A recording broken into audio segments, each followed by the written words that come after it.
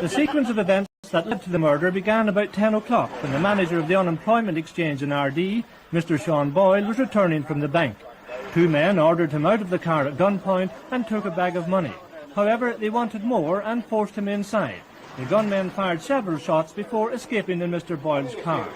Sergeant Morrissey, who was in Ardee for a court case, gave chase.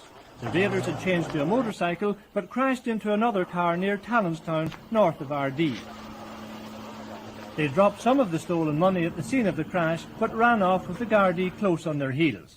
When the raiders crashed, they apparently took off on foot and ran into the grounds of a nearby house. And it seems that Sergeant Morrissey went in around the fields, perhaps into the avenue, to cut them off, and it was on the avenue that the shooting took place.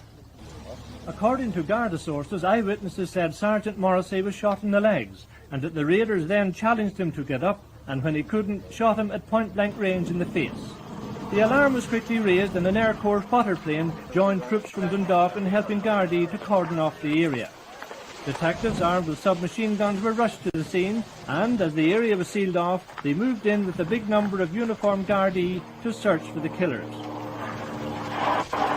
The search went on for about 2 hours, and then two men were spotted. The Gardaí gave chase and the men were detained.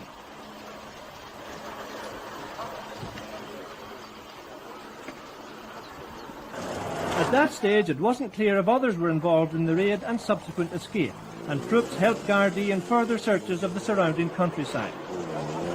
As the search continued, Garda forensic experts moved in, and the motorcycle used in the escape was covered with plastic sheeting until they could examine it. Meanwhile, the body of Sergeant Morrissey, who was the 12th Garda to be murdered in recent years, was given a preliminary medical examination at the scene of the shooting. The two men who were arrested are stated to be from County Armagh and living in Monaghan. The two accused were brought to the court under heavy Garda and Army escort from Portlaoise prison, where they'd been held on remand. Both denied murdering Sergeant Morrissey while he was acting in the course of his duty and the robbery of £25,000 from the labour exchange in Ardee. If convicted, they face the death penalty, but in previous cases this has been commuted to 40 years in prison. The shooting, Mr. Hall recalled, followed an armed robbery at the labour exchange in Ardee. Sergeant Morrissey joined two other Gardaí in chasing the raiders. When the raiders' motorcycle crashed into a car at Rathbrist Crossroads north of Ardee, two of the Gardaí went to the assistance of a woman and a child who were injured. Sergeant Morrissey followed the raiders on foot into the driveway of Rathbrist House. A 15-year-old youth there heard a shot and looking out saw the sergeant sitting on the ground.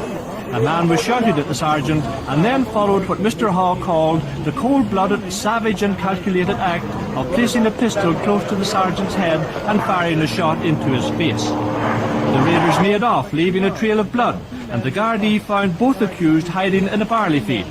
Beside Callan was a pistol, which, said Mr. Hall, forensic tests showed was the one which shot Sergeant Morrissey.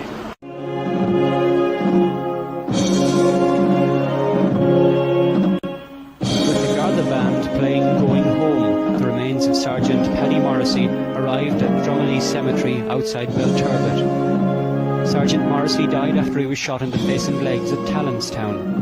Among the mourners, the two Garda colleagues with whom he made his last fatal journey in a patrol car. He is the 8th Garda to be killed in the last 4 years and is survived by his wife Bernie and 4 children.